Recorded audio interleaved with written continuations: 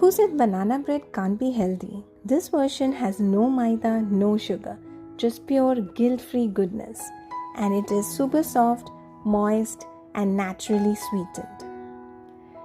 We are going to use ripe bananas for this recipe. We usually thrash ripe bananas, but trust me, they add natural sweetness and make your bread super moist. And I'm also adding in honey for some extra sweetness. So let's dive into the recipe. I'm using whole wheat flour instead of maida and adding in 1 teaspoon baking soda and half a teaspoon salt along with some cinnamon powder. In a bowl, I'm taking 2 eggs and adding in vanilla, honey and 1/3 cup of melted butter.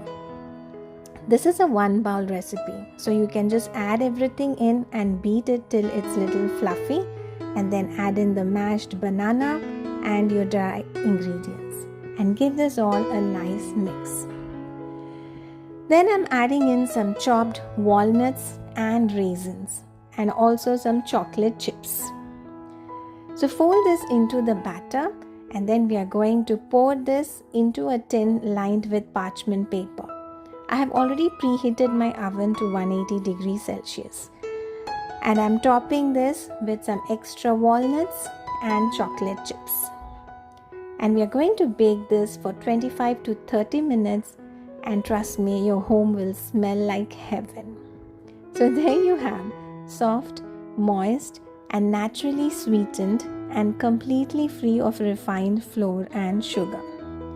A perfect treat for kids for tea time and perfect for your sweet cravings without any guilt. Save this recipe for your next healthy bake and tag me when you try it. Enjoy.